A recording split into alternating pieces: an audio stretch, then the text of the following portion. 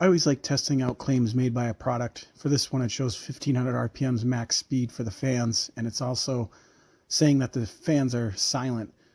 So here we are sitting idle at about 492 RPM for the CPU fan at 30% speed, and this is what they sound like.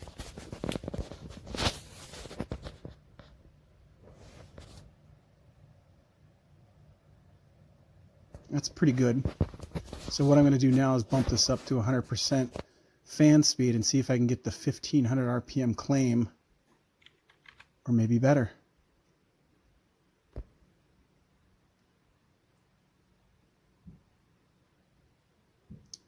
$1535, $1571. That's a little bit over the claim of 1500.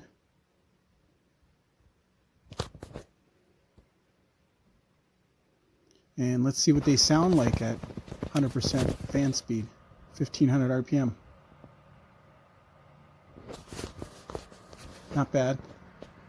And I will note that I did install the fan on the opposite side because the DIMM slots were too close. I have a micro ATX board, and I had to move the fan over here because it wouldn't clear. Figured it was worth a mention. So overall, I do like the Thermaltake CPU cooler. The fan's running at 100% speed. You could barely hear them. So the silent claim is pretty good.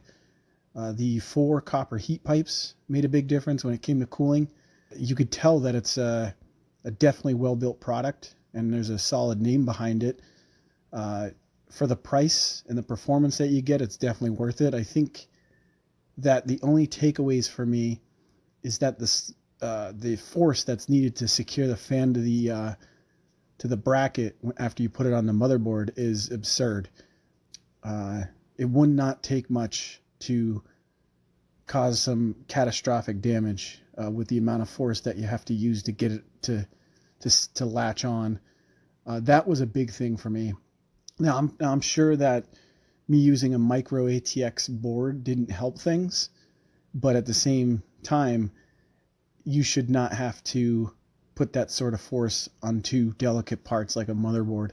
I don't think it would have really mattered too much if it was a micro or a full-size ATX board.